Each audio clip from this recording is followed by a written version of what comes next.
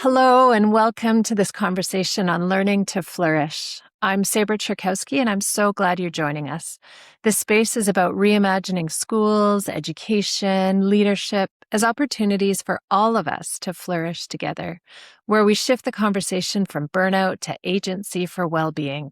The conversations that we will have today and similar conversations that I will be having with other guests and friends, it's a chance for us to reflect together, to ask questions that matter, and to share what we're learning along the way. Today, I am talking with Dr. Rhonda Wheeler. Rhonda brings more than 38 years of experience in K-12 education as a teacher, coach, assistant principal, and educational leader. In 2021, she retired from public education to pursue her doctorate in educational leadership at Auburn University, where her research focused on principal well-being and the vital role mentors play in supporting school leaders. After earning her doctorate, Dr. Wheeler returned to the profession she loves, accepting the principalship of a K-12 school in North Alabama. She believes that leadership is a lifelong journey of learning, growth, and service. An avid reader, Dr. Wheeler is rarely without a book, whether in her office, her car, beside her bed, or somewhere around her home. She is a passionate advocate for the growth mindset, striving to model a life of continuous learning while encouraging her staff, students, and fellow educators to embrace the transformative power of curiosity, personal growth, and lifelong learning. It's a pleasure to share the space with Dr. Wheeler today. Well, I am here today with my friend Rhonda Wheeler, and I'm going to give her a chance to introduce herself. But first, let me say what a pleasure to see you, to be online with you. We connected several years ago now, and it seems like it was a lifetime ago. I've really noticed how some people come into my life and they come in and build a very deep heart print and stay with me. And although you and I don't connect often, I feel like when I do connect with you, it's like reconnecting with a friend. Yes. And I wanted to just share with you, particularly if you notice the color I'm wearing today in orange, in honor of part of how we met when you were doing your study. Look what I still have with me. Oh, that's great. The Heyday button. Yeah. You can maybe talk a little bit about why I have this. And then this is an inside joke that I never managed to get to you. Imposter syndrome survivors. So I'll let you kind of introduce yourself and maybe share how we've come to know each other and what you are up to today / this year. Yeah. So Sabre, I'm definitely a product of public school and K-12. Usually if I introduce myself as an elementary teacher until someone asks what I teach, and then I have to tell them I'm the principal. I spent 15 years in the classroom, 6 years as an assistant principal, and then 7 more as a principal. I spent some time at the district office, retired and pursued my PhD, which is the road less traveled, and never thought I would find myself back in the principalship again. But it wasn't on my bucket list, but it's been one of the best experiences of my educational career. I have landed back as the principal of a K-12 school in North Alabama. And it's actually my home school where I graduated. It's very special. And, but you know, I introduce myself. I'm just a teacher, and I'm very proud of that. I love that. Well, and one of the ways that we have connected is through our love of learning, our love of words, our love of books. And we are going to talk, I was saying I have a stack full today. Sure. We will I want to see your stack. Let's compare stacks. Oh my gosh. So the crazy thing is, if you hold yours up, those are just a few of the ones that you would have read this year alone. Yes. Mm-hmm. Yeah, you are an avid reader. And that's one of the things that really inspires me with you, is that you've always got something new on the go that you're learning from. I remember at one point we were in a call and you said, oh, let me just show you this quote. And you had a book on your desk open in like a book holder position to let you not just read it and kind of ingest it, but to try to live it out. And that's just really inspiring. So we'll love to know more about the books that you've been reading learning, and then kind of connecting in around what you were saying, that you've landed back in this role of a lifetime as a principal after, effectively retiring, coming back into where you were a student. Is that right? Where you were a Yes. student and then a teacher? This is just remarkable. It's a full circle. A full circle moment. Amazing. So let's dive in. So let's just go yours, mine. How do you want to start? Which book do you want to kind of share as the first one that we can chat about? So I'm going to share one that I've read multiple times. And the way I decide if a book is really good or not, it's how much markings that I make in that book or how many tabs I have. And this one is actually free. This is an older book from 2019, but it's probably one of the best books I've ever read about the well-being of children. And Dr. Jody Carrington, I think she's a fellow Canadian for you, but this book taught me about emotional regulation of children and how you can't teach a child that's unregulated. And there was a quote in this book that's behind every mad is sad. And coming back to K-12, every child that I have that's angry, I remember Dr. Jody Carrington saying, behind every mad child is a sad child. And but another quote in this that kind of made me think of you, and I think of this, I've used this book many times when I speak to teachers, is she speaks in this book about when you are physically near people that you love, you have an increase in your oxytocin and dopamine and a decrease in your cortisol. And coming back to K-12, that should be true for every teacher, that when children are close to their teachers, that they're healthier when they're close to people that they love. And, just like you said about our friendship, I get excited when I know I'm going to be able to talk to you and we hang out and talk about the things we do love learning. But for every teacher in the classroom, this is a must read. I love that. And just, I guess, to fill in some of the blanks, part of what connects us is the research areas that we have both landed in. And so with your doctoral work and flourishing and mentorship, connected into my research on flourishing and teachers and professional learning, we found sort of that space together. And one of the books that I didn't bring, but that I know has been important for both of us, is Martin Seligman's book on PERMA. And just that notion of flourishing as positive emotion, engagement, relationship, meaning, accomplishment. And when I think about how you, for me, in my eyes, how you live out your work in your life, I see those pillars regularly, and I see you intentionally building those. And so as I think about the book that you share and think about the ways that you've talked about how you've tried to kind of create these connections, these energy spaces where positive experiences will be part of what it is to be, in the school. I can see how that has shown itself in the book that you shared. And I remember actually you sharing that book in that network. We had those conversation meetings, and I remember you sharing that book when you found it. It's a favorite. And, we're talking about the work of Seligman, and I studied that for 3 years. When you land back in a K-12 school, I have had to rely on that information to keep myself, because I heard Dr. Angela Adair say this week that, servant leadership is great, but it's exhausting. So how do you keep your health up, all that up? And I have absolutely, although I studied it as research, I'm living that now, and it works. I'm mindful of those 5 pillars that Seligman in that framework. I'm mindful of that. And when I get down and out or tired, I go back and I think, which one am I missing? And I can usually figure that out. So before we head into mine, what have been some of the ways that you've maintained the PERMA pillars in your work as a principal, coming back and working with teachers who are at different, spaces and places in their careers? And yeah. So I think the first one is the most important, with positive emotion. I think sometimes would I like to work for me? What is it like working for me? And here's what I think. I want to be the happiest person on that campus. I want every teacher to know that I choose to be there that day.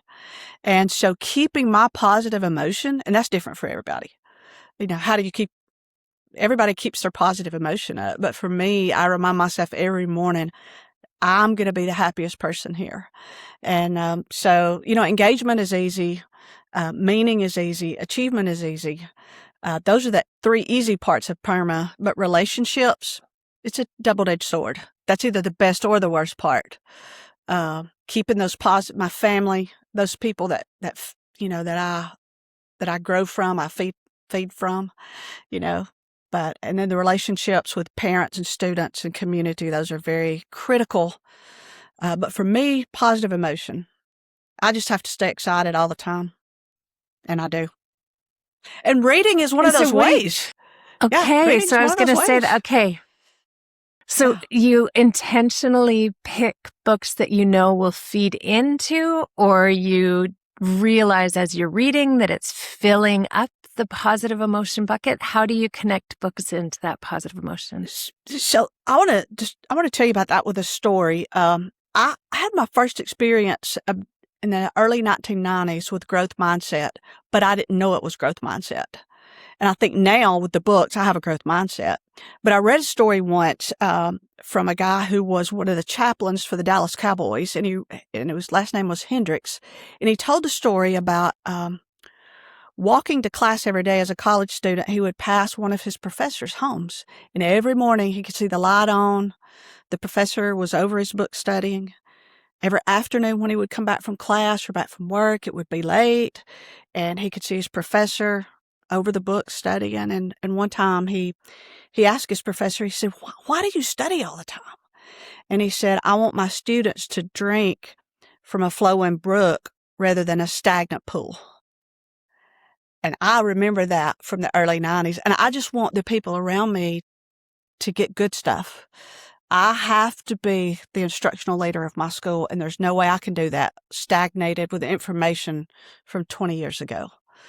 And the only way to keep that flowing brook and that growth mindset is I read. But I ask people, some of the books I'll share today, people that I get around that I know are readers, I'll go, what are you reading? What you reading? And I order them on Amazon 15 minutes later.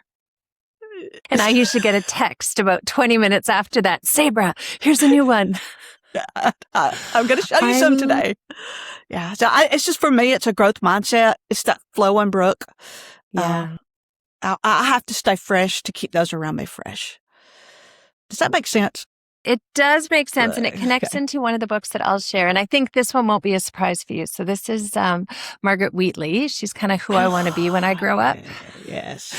And I found her work back when I was doing my PhD in professional learning communities, and she was looking at organizational and systems change and bringing a new science kind of paradigm or lens to it, looking at it through quantum physics and living systems, and the way that we were trying to puzzle our way through how organisms kind of create these systems, and how can we look at organizations as more ecological and less mechanistic. And I just, her words and the spirit of her writing has kind of always come through to me. And I must have every book that she's written, and it finds its way into my writing, into my thinking. You can see, like you, I have multiple pages. And so I just want to read from page 98 on this one. This kind of sums up sort of what I think, and it connects to this idea of regeneration. And she says that rather than models of leadership, we need principles of leadership. And so one of the questions that we keep asking, rather than the how-to, who we be. And she says one of the questions is, who have we become? Is a query that keeps us noticing how we are creating ourselves, not through words and position papers, but through our actions and reactions from moment to moment. All living systems spin themselves into existence because of what they choose to notice and how they choose to respond. And this is also true of human organizations. And, as you were sharing the question of who do I want to be? I want to be the happiest person on that campus so that I am helping others to co-create with me this future that we envision around a happy experience. And that idea of choosing to notice and then acting on what you choose to notice, I think that's really powerful. It's also really simple, and yet it's also really challenging. And if you think about, what you were sharing around relationships, Yeah. and some of our pre-conversation around how do we work with the management side of leadership, and knowing that we are all accountable to something, someone, some budgets, some reports, some audit systems, those relationships move away from who we want to become and move towards what do we need to do. Mm-hmm. And I think the more I can find my way into sort of how Wheatley describes that co-creating together the future we want to become, I think that's a shift for me. And especially on those days where we're like, who have we become? How did we get here? And rather than, in that pit of how did this happen? We need to be there for a little bit. And then that idea, this is where I think of you often around the seeing goodness and potential and being able to tap into that and act on that. That has also come out of much of her writing. And it was early writing. I mean, that was 2005, and that was much later than her 93, 94. So she's been writing in the space for many years. So Margaret Wheatley found her way into my conversation today. Absolutely. I actually used some quotes from her in my research, but she's a good one. She's a good one. Yeah. Yeah. Yeah. I honestly think I have all of her books, and one of them connected into the one that you and I may connect to today. We'll see. We will make sure we get into room 212 today. But what's next on your book? So, this one comes from some of our research, and Andy Hargraves, Wellbeing in Schools. And I read this book for my research, but then when you become a school principal and you reread it, you see things in it, that's very different. And so in this book, Andy Hargraves says that, that COVID-19 turned our assumptions about what was important in schools. He turned it upside down because it wasn't about standards or grades. It was about the well-being of our students. And so it's a great book about well-being. I also love in this book, he actually identifies well-being as not the absence of a disease, but the presence. And he uses PERMA. He uses Seligman's use it, because we have it worries me that we have children that are in perfectly healthy bodies, but they take their lives. It's because well-being is not, they may not have any disease, but they don't have the thing inside them, the presence of things like that positive emotion and things that build meaning.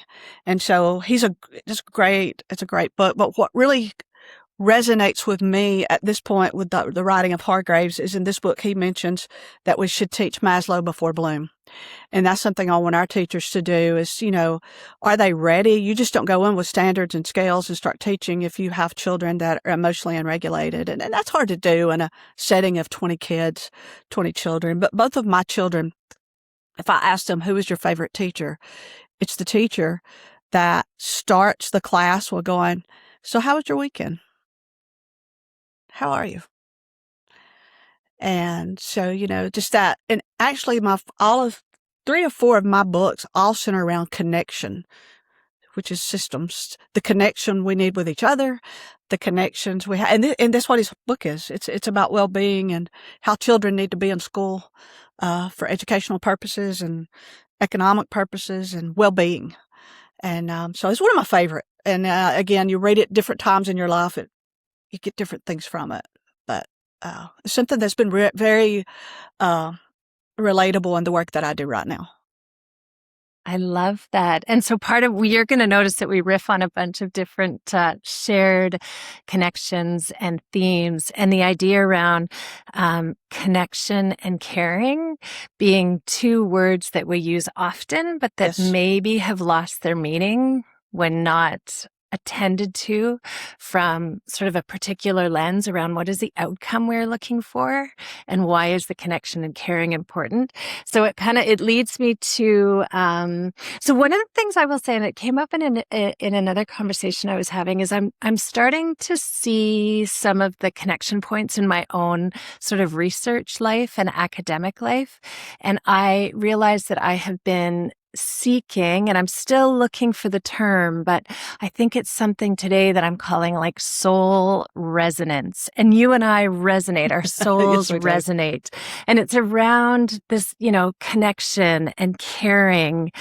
It's also about recognizing that there are feelings and knowings and thinkings that we're not aware of, but that connect us deeply and that make us who we are as a community, as a larger humanity. It's that sense of wholeness, but acknowledging the differences and diversity and spaces and places. So Margaret Wheatley definitely kind of resonates with that. The other piece that I've been looking at is this notion of hope, as I am a woman of a certain age, a person of a certain age coming to, what could be considered sort of one of the peaks maybe in my life, in my career, and thinking about what's next. What do I do next? Yeah, sure. What am I? And so really thinking about this idea of hope. And so I have two of her books. Rebecca Solnit, I don't know if you've read, this was kind of the first one. She have others that are really, she's a great writer, storyteller. So Hope in the Dark, around kind of coming out of a challenging political time, post-COVID for sure, or pre-COVID maybe, but coming into that challenging political time, certainly in the US, that has resonated across the world now as we try to sort of negotiate and reconcile what does this mean for us in terms of what kinds of leaderships are sort of at the helm. And so she has a lot of stories around hope in the dark, and talking about stories often will find their way into the limelight on the stage that don't always represent or reflect us. But if we look in the shadows as to what has put it there, we might get a sense of also where some of the powerfulness might be for moving forward. So I really loved her first book. And then she's just written the next one. It's called The Beginning Comes After the End. And that idea of, as she calls it, notes on a world of change. And so if I think about what you were just sharing around connection and care have been two principles, both in my work and my life, that are very important. And I really resonated with her sharing the story of Martin Luther King, Thich Nhat Hanh, several others working in the nonviolent tradition to try to create what Martin Luther King called beloved communities. And I thought I hadn't heard that term in a while, and thinking through what is it that I try to create in my research and my teaching. I think I try to create or move towards what I'm hoping I will one day experience, this notion of a beloved community where communication and care are love and center and focus us all. And I think that's sort of what you were sharing around that idea around well-being and ensuring that the children in schools have that experience of being within a beloved community. They are accepted, they are affirmed, they are noticed, they belong. It may not last outside of the school walls, but within that, campus, as you were saying, they matter. They're important.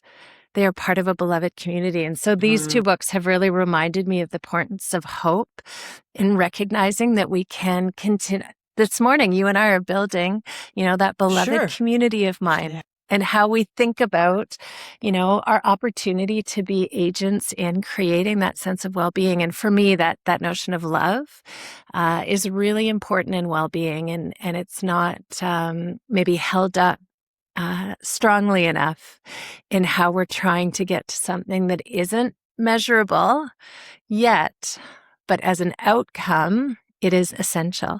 And so how do we kind of create the space for teachers to love one another, for administrators to love teachers, for students and parents to love, to create that sense of beloved community? So that is, those books have been really important for me over the last couple of years. Yeah. Sometimes we make things so complicated, and I've found that it's so meaningful to somebody when you look at them and you go, I really like you. I really like you. And so I try to make sure that the kids at my school, sometimes I'll just walk up and go, I really like you. And I mean, you could just see them change, it's just, I love my own children, but I don't really think I have to like them. Fortunately, I like my children. I would choose to be their friend if I wasn't their mother. They're fun people. But that connection, sometimes it's just the simplicity of just going, I really like you. And, I don't know. Maybe that doesn't take but just a small space, but it's just so simple that we just say, I was talking to my daughter this week and I didn't know she had me on speakerphone and she was talking about my granddaughter, Abigail. And, I said, you know what, Taylor? I like Abigail. And I could hear her laughing. I didn't know she was listening to me. And my daughter later said, she laughed for a whole mile after you said that, so I don't know. Sometimes we just need to communicate more clearly to our circle that I really like you. Yeah. And imagine, and this is mostly where my research has been on well-being, is around how do we create those kinds of moments and communities for the adults in the building. Because I think somehow it's easier for us to go up to a student, even a grade 12 or, a senior student, say, hey, you know what? I really like you. You're doing a great job. I really like you. Now turn that into going to the teacher down the hallway who has annoyed you for the last 6 months, to go down there and, as Margaret Wheatley would say, find the goodness, look for the goodness. And so that, I think, it is simple, and yet that's really vulnerable. And so how do we as leaders, how do we do that with our own, our own community? And then how do we pass it on and light the fire with others to try to create those spaces where, as adults, we're saying, Rhonda, I like you. I really do. Telling you. You don't have to say it but once, but how do we do that? And I'll remember that. What my research has been. Yeah. And I remember you saying at one point, words matter. Words can uplift. And I think it might have been at that Pro D workshop we did. And maybe just share a little bit about that Pro D workshop if you remember, because you shared the stories that really made a difference.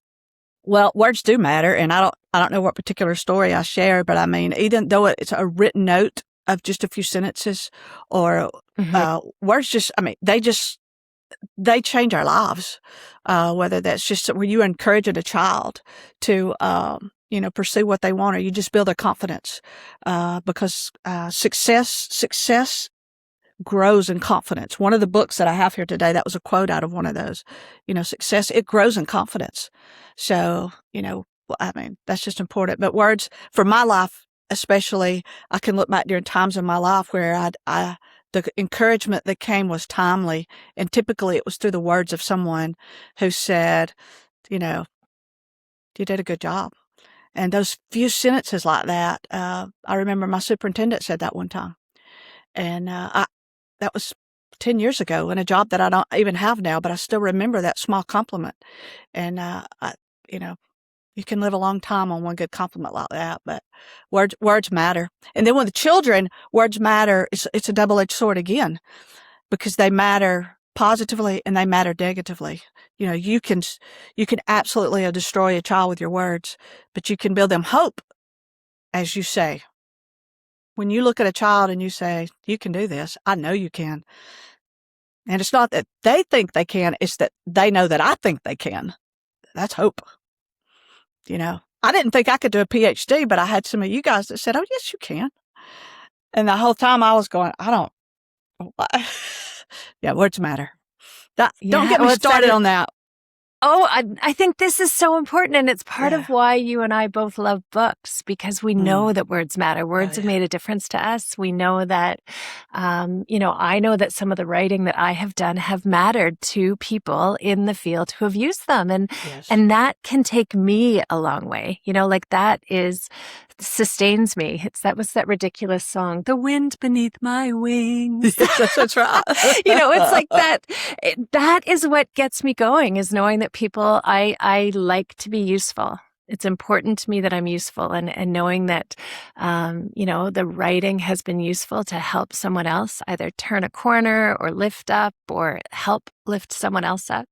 And I think that's part of why we both love books, because we know that words matter.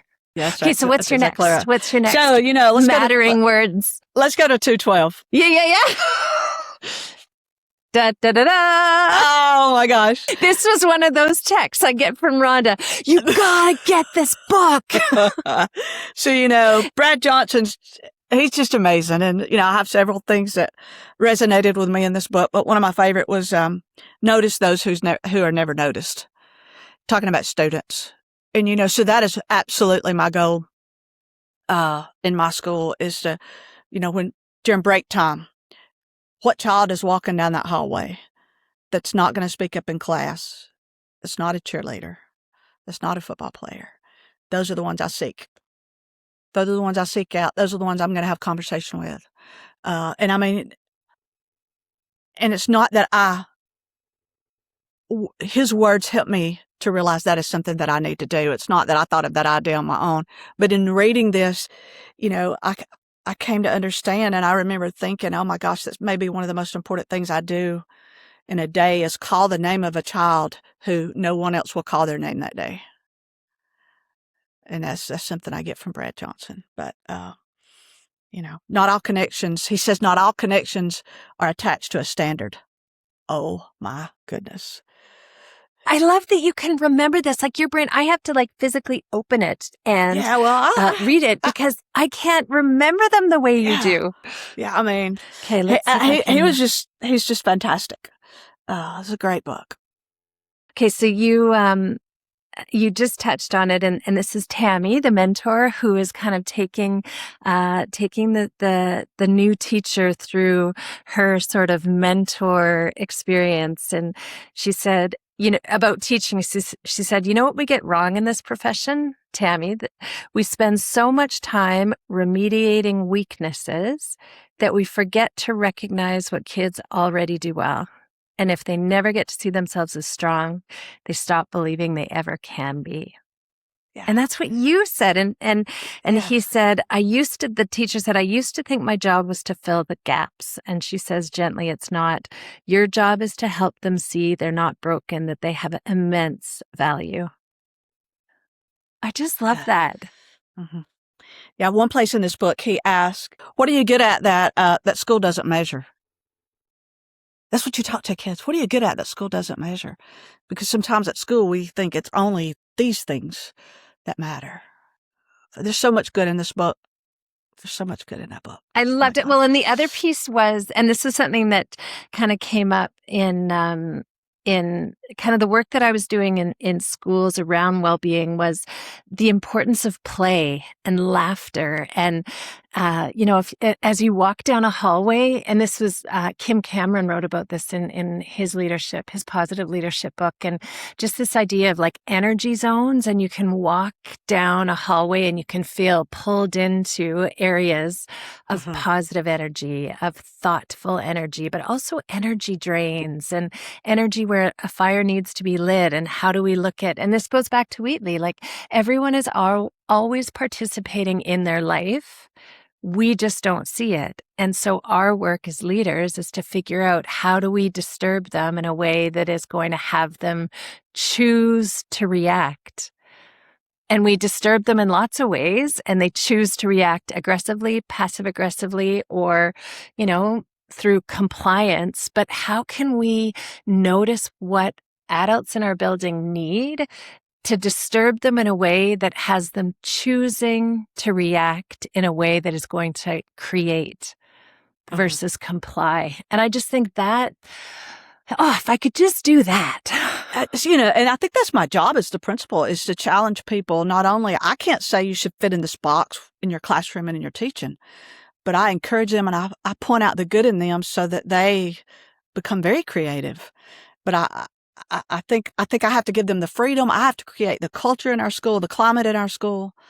That is my job, to create a climate where they want to come to school, and where they have the freedom and the courage and the confidence to go, I'm going to try this. Okay, try it. I don't know. I think that there's so much responsibility on the shoulders of school administrators to create that space where that they're happy. They love to come to work. So thinking back to, your first year as an assistant principal or principal, what would you tell yourself from what you know now? Think back to maybe either how you thought leadership ought to be. Like, what would you offer to your younger self as a school leader? I wouldn't worry near as much as I did then. I worried about every parent that was mad. I worried about every financial issue. I lost a lot of sleep, and I sleep really good now. There's something about coming back around that second time. It's a very different perspective. I don't worry about nearly the things that I worried about before. And I don't know if it's because of my age. It could be my age, but it could be the experience that I have now. What was a big deal the first 3 years I was a principal, they're not a big deal. And it takes some time to really figure out. Experience teaches you what you let go and what really should be concerning. Do you think you can get there without that worry stage? I think that's part of it. I have some people that are working with the school that I talk to them. They're going to be administrators. And I said, the first 6 months, you're going to be consumed. You're going to worry about everything. That's part of, that's part of it. But you grow through that. I think that's part of it that shapes you. I think you have to it's a rite of passage, probably. The rite of passage you have to learn that some things just aren't as important that you may think so. But it's worth the ride, though. Oh my gosh. Well, and that you've come back again. I know. And another year, you'll do it one more year at least. I'm doing it one more year for sure. Mm-hmm. Yeah. Oh, that's amazing. Okay, well, I have another year of you sending me book recommendations. Yes, absolutely. Okay, we probably have time for one more. Pick your fave. Or you could share all of them. I kind of want to see what your whole pile is. No, so this is one that was recommended to me. This is from a fellow, a young man that was a principal here in Alabama, Danny Steele. He is one of my thought partners. He's a person that I ask him, what are you reading? He's one of my people that I say, what are you reading? But I am going to open this one and read something to you out of this book, The Instructional Leader in You, because I truly got, I think it was page 19 in this book, and I couldn't go any further. I mean, it was like a stop sign. I could not, and I told him, I said, I can't get past this. But this is what I read, and this is a profound influence. These words matter. It says, in what ways do you help marginalized students feel valued in your school? In what ways do you help marginalized students feel valued in your school? What images do they see when they enter the school? And are those images representative of all students? And I couldn't move past that because my thought immediately went to the hallways of my school was plastered with athletes and cheerleaders. And where were the pictures of my academics or my kids that are in trade school, in technical school or in technical classes? I was doing it wrong. And I couldn't read any further because it just stopped me in my tracks about, what am I doing for marginalized students in my school? And I don't know how people make it that don't read, but reading makes me better. Reading makes me grow. And this year they're going to walk in my school and you're going to see some pictures of students. I love my athletes, but you're going to see some pictures of students that maybe aren't the top of the class. My students are going to feel at home. I'm challenging myself to make sure that happens. But Danny's book is about connections with students, just like the other few that I've shared. But I don't know. It's a fabulous, fabulous read, along with many others. But we could go on. Show me your, just even to show me what's in there. Okay, so Think Again is what I'm reading now, and I gotta grab my pen, write it down. This could be a segment. What's Rhonda reading? Okay, Adam Grant, Think Again. Yeah, so this one says that starts out with how confidence exceeds competence. That's the Dunning-Kruger study, how some people have more confidence than they have competence. I never want to be that person, and but it's about how to don't always think you're right. You need to think again. And it talks about how you should have people that you're in your good fight club that you can have civil disagreements with. We could do that over, some educational policy. And I so appreciate the people that are in my good fight club that I'll just throw down about something I believe about teachers or students, and those people make you better. That's think again. Okay, that will be on the book run today. Yeah. This is my next book. I just brought the Coaching Habit. I love that. Yeah, it's about just asking the right questions. And again, Danny Steele recommended this book as well. And it's about asking the right questions. So anyway, that's what I've read. That's what I'm reading. That's what I'm learning. Okay. My last one is a goodie that I've returned to, and you can tell I have dog-eared so many pages in this. So this is Bell Hooks, All About Love, New Visions. And she's writing about the construct of love and what does it mean to write about the love ethic. So she's one of the pages, she says, how do we, and it's kind of like what you were saying around the images you want to represent in your schools. How do we create images that reflect life-enhancing values that lift up a love ethic? Domination cannot exist in any social situation where a love ethic prevails.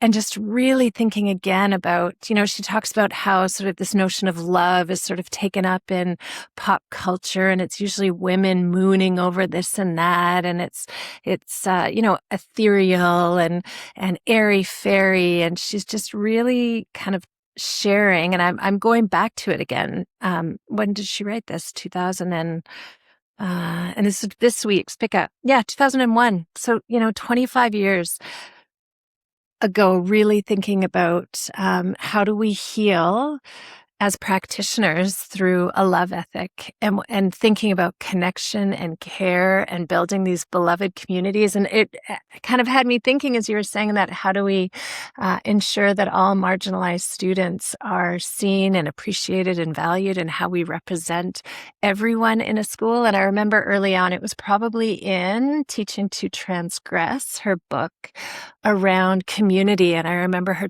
she was sharing a story of, and I will completely muddle this. So if any bell hooks, people are watching this, I take full account of the fact that I'm muddling the story now. But the way of thinking about community is not being formed until each and every voice has been heard in some way in that time.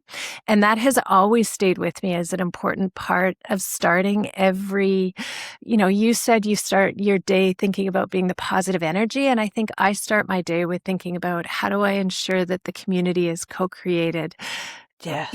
Every time I step into a room, how is that community co-created? And often it's by saying, hello to the quiet person in the corner who knows that she's never going to be listened to, because it's always the ideas of so-and-so that get, taken and run with. Or, the person who brings the coffee cream every day when I go to have coffee and there's cream, I find that person and in a public way kind of call out their contributions. And it's that notion of how do we call out to build up.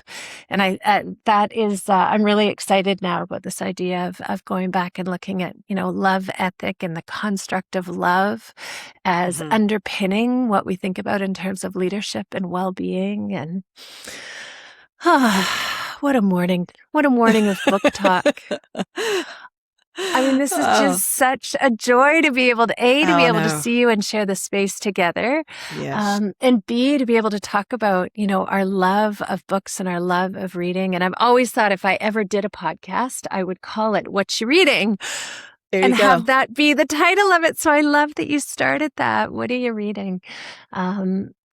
Any last thoughts, anything that you want to share? You and I are never closing out, so we're going to have to actually close out because I will want to stay online and talk with you all day. But any last thoughts or stories or ideas popping up that you want to share? I think one of the things coming back, and it just reiterates what you said about community. One of the things that I've learned coming back this time in the principalship, as you said, the best ideas are usually not mine. The best ideas belong to my staff and those people around me, and the people who serve in our school. And I think you're exactly right. For me, schooling is my life, but it is about the community and how you share that and you share the praise. I will tell you this: we've had some growth this past year, and I'm so excited when all of our scores get back. We've had some growth, and I want to remind our teachers: I didn't teach one lesson. I didn't review anything.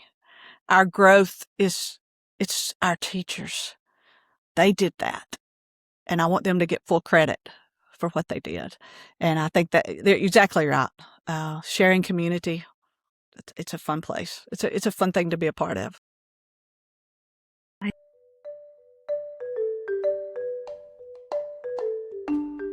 Thank you for being with us. May this conversation spark your own reflections on what it means to learn, live, and of course, lead well. For more information on my research and projects on learning and leadership for well-being, visit leadwell.ok.ubc.ca.